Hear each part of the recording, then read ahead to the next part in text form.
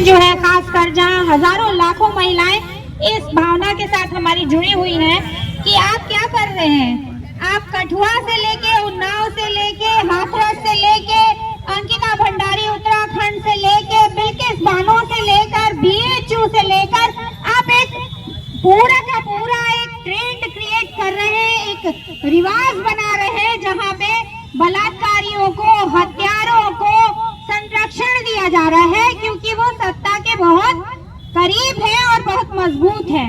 वो पूर्व विधायक है जिसके ऊपर वो दोषी साबित हो चुका है, जिसे उम्र कैद की सजा मिली थी, उसे 7 साल में उसकी सजा को मुलतवी कर दिया जाता है, स्थगित कर दिया जाता है। क्यों भाई? ये आधार लिया जाता है, टेक्निकल आधार, कि वो जन सेवक नहीं है। पॉक्सो उनके ऊपर वो जो धारा लगी थी उसको पोस्टपोन किया जाए, उस पे लागू नहीं होती, क्योंकि वो जन सेवक नहीं। क्या है फिर विधायक का मतलब क्या होता है? ये विवेक के आधार पर जो फैसले लेते हैं मिलॉर्ड लोग, भाई ये कौन सा विवेक है? जो छात्रों को, प्रोफेसरों को, एक्टिविस्टों को जेल भेजते हैं तो बेचारे 5 साल तक सुनवाई नहीं कर पाते, और जैसे ही कोई बलात्कारी का केस आता है और वो पूर्व विधायक भी हो तो उसको राहत देने के लिए स्वविवेक से फैसले ले लिए जाते हैं। ऐसे विवेक को हम नहीं मान सकते। ये विवेक नहीं है, ये आपका सरेंडर करना है। ये आप अपनी पद की मर्यादा और जो संविधान की शपथ आपने ली थी, आप उससे मुकर रहे हैं। आप आधी आबादी का जो हक है न्याय लेने का, उस हक को कुचल रहे हैं। तो हम ये मानते हैं इस देश की महिलाओं के तरफ से कि ये बहुत ही ज्यादतीपूर्ण फैसला है, जिसको तत्काल पुनर्विचार किया जाना चाहिए और सोचा जाना चाहिए कि आप देश में क्या स्थापित करना चाहते हैं। ये स्थापित करना चाहते हैं कि किसी औरत के साथ कितना भी बुरा से बुरा सलूक करो और हंसते हुए मीडिया के सामने आकर कहो कि अरे उसका घर तो उन्नाव में था, वो दिल्ली क्या करने चली गई।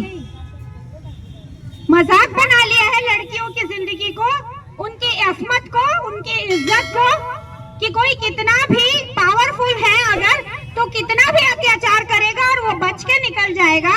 ये होता है कानून का राज। और इस चपेटे में कौन नहीं आएगा फिर? किसके घर की लड़की सुरक्षित होगी और कौन सा माँ बाप अपने बच्ची को पढ़ने लिखने के लिए भेजेगा, काम करने के लिए दूसरे शहर भेजेगा? किसकी हिम्मत होगी और क्यों भरोसा करेंगे हम इन माननीयों पे, इन जन सेवकों पे? तो ये एक बड़ा सवाल है जिसमें देश की महिलाओं की इज्जत की कीमत लगा दी गई है इन जन सेवकों के नाम पर। मैं एकदम इसकी मुखालफत दखल की तरफ से ही नहीं, इस देश के और तमाम जन संगठन जिसमें लोकतांत्रिक राष्ट्र निर्माण अभियान, साझा संस्कृति मंच या महिलाओं की स्वरूप सेवा संघ की महिला समिति और तमाम जितने जन संगठन, महिला संगठनों के साथ हम सब जुड़े हुए हैं, उन सब की तरफ से इस छोटे से हमारे प्रोग्राम के माध्यम से विरोध दर्ज कराते हैं इस फैसले के खिलाफ। महिलाओं को इस तरह से आजादी नहीं दी जा सकती है, उनका न्याय का हक मत छीनिए और ये जो फैसला किया है इस पे पुनर्विचार कीजिए, क्योंकि ये विवेक से लिया हुआ फैसला नहीं है, ये सत्ता के को खुश करने के लिए उनके डर से लिया गया फैसला है। तो डरिए मत, डरने से न्याय नहीं मिलेगा।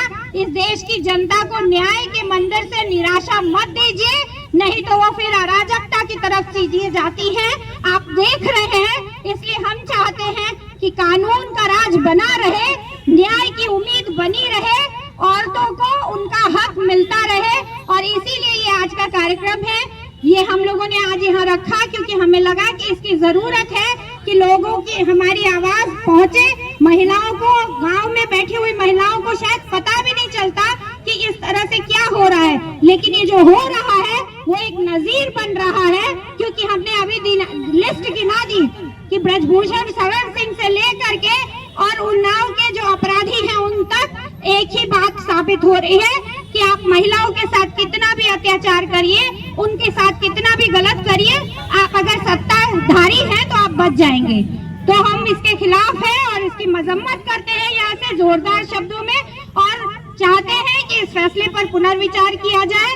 इसको बदला जाए, इसको स्थगित, अपराधी की पहली बार हमने सुना कि सजा जो है स्थगित कर दी जाती है, तो ये एक गलत नजीर है, इसको बदलना चाहिए। माननीय सर्वोच्च न्यायालय को इस पे दखल देना चाहिए, ये हम मानते हैं, और सरकार को भी दखल देना चाहिए और उनको वापस उनकी जगह पे पहुंचाना चाहिए। इसी के साथ अपनी बात समाप्त करती हूँ। धन्यवाद।